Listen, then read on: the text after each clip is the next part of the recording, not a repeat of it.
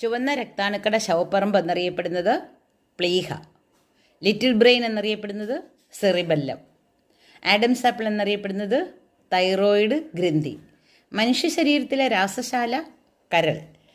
ജീവകം ഡി നിർമ്മിക്കപ്പെടുന്നത് ത്വക്കിലാണ്. ത്വക്കാണ് മനുഷ്യ ശരീരത്തിലെ ഏറ്റവും വലിയ അവയവം. ഇതിൻ്റെ ആകെ ഭാരം എന്ന് പറയുന്നത് 10.9 കിലോഗ്രാമാണ്.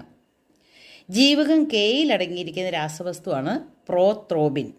ഒരു മനുഷ്യന് ഒരു ദിവസം വേണ്ട ആകെ ഊർജം 2400 കിലോ കലോറിയാണ്. കാർബോഹൈഡ്രേറ്റിൽ അടങ്ങിയിരിക്കുന്ന മൂലകങ്ങൾ കാർബണും ഹൈഡ്രജനും ഓക്സിജനുമാണ്.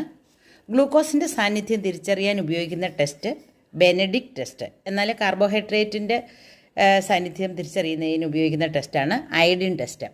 പാലിൽ അടങ്ങിയിരിക്കുന്ന പഞ്ചസാരയാണ് ലാക്ടോസ്. തേനിലും